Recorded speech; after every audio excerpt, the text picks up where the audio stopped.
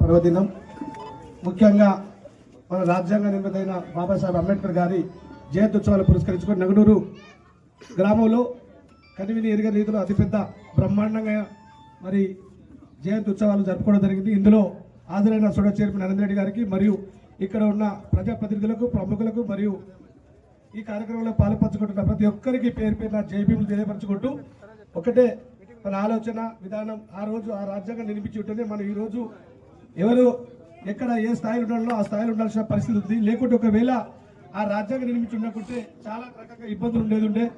ఇప్పుడు ప్రస్తుతం ఆ రాజ్యాంగాన్ని కొంచెం విచ్ఛిన్నం చేసి రాజ్యాంగ స్ఫూర్తిని దెబ్బతీసే పరంగా అదేవిధంగా ప్రజాస్వామ్య హక్కులను కాలరాస్తూ విద్వేషాలు రెచ్చగొట్టే ఆలోచన చేస్తున్న కొన్ని పార్టీలు ఏదేమైనప్పటికీ కూడా దాన్ని తిప్పికొట్టుకుంటూ మన బాబాసాహెబ్ అంబేద్కర్ గారి ఆశయాలను ఆలోచన విధానాలని మనం తూచ తప్పకుండా పాటించి ముందు తరాలకు భవిష్యత్ తరాలకు తెలియపరుస్తూ మనందరి బాధ్యత అది. మన రాజ్యాంగాన్ని కాపాడుకోవాల్సిన బాధ్యత మనందరిది. అతి పవిత్రమైన ఆ రాజ్యాంగం నిర్మించిన ఆ మేధావిని మనం ఎప్పటికున్నా ఆయన స్ఫూర్తి తీసుకొని ఆయన ఆలోచన విధానాన్ని పాటించాలని కోరుకుంటూ జై హింద్, జై భీమ్.